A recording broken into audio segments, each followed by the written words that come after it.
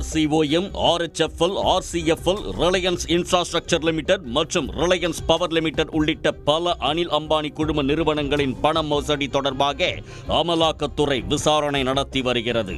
இதன் ஒரு பகுதியாக ரிலையன்ஸ் கம்யூனிகேஷன் நிறுவனத்தின் முன்னாள் இயக்குனர் புனித் கார்க் கைது செய்யப்பட்டுள்ளார்.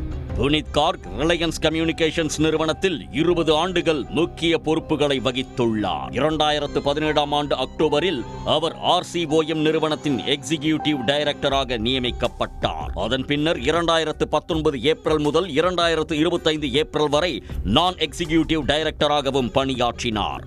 இந்த காலகட்டத்தில் அனில் அம்பானிக்கு சொந்தமான ரிலையன்ஸ் கம்யூனிகேஷன்ஸ் நிறுவனம் 40,000 கோடிக்கும் அதிகமாக வங்கி மோசடியில் ஈடுபட்டதாக புகார் எழுந்தது. 2001 முதல் 2025 வரை ரிலையன்ஸ் குழுமத்தில் பல்வேறு முக்கிய பொறுப்புகளை வகித்த புனித் கார்க் வங்கி நிதியை திசை திருப்பியதில் முக்கிய பங்காற்றியதாக குற்றம் சாட்டப்பட்டுள்ளது. கடந்த 2025 ஆண்டு ஆகஸ்ட் மாதம் CBI பதிவு செய்த FIR-இன் அடிப்படையில் புனித் கார்க் மீது அமலாக்கத்துறை விசாரணையும் தொடங்கப்பட்டது. புனித் கார்கின் மனைவியின் பெயரில் இருந்த பங்குகள் மற்றும் பரஸ்பர நிதி உள்ளிட்ட சொத்துக்களை அமலாக்கத்துறை முடக்கியது.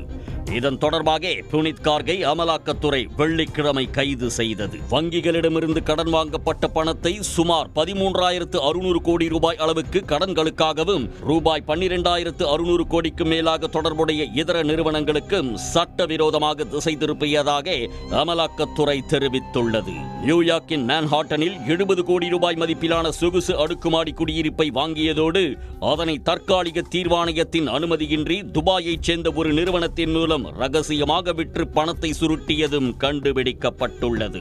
வங்கிகளிடமிருந்து பெறப்பட்ட கடன் தொகையை புனித் கார்க் தனது குழந்தைகளின் வெளிநாட்டு கல்வி செலவிற்காக பயன்படுத்தியதும் விசாரணையில் அம்பலமாகியுள்ளது. கைது செய்யப்பட்ட புனித் கார்க் டெல்லியில் உள்ள ரூஸ் அவென்யூ நீதிமன்றத்தில் உள்ள PMMLA-வின் கீழ் உள்ள சிறப்பு நீதிமன்றத்தில் ஆஜர்படுத்தப்பட்டார்.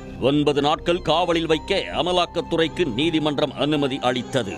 குற்றத்தின் மீதுள்ள வருமானத்தை கண்டறியவும் பிற குற்றவாளிகளை அடையாளம் காணவும் முழுமையான பண மோசடி தடயத்தை கண்டறியவும் மேலும் விசாரணை நடந்து வருவதாக அமலாக்கத்துறை தெரிவித்துள்ளது.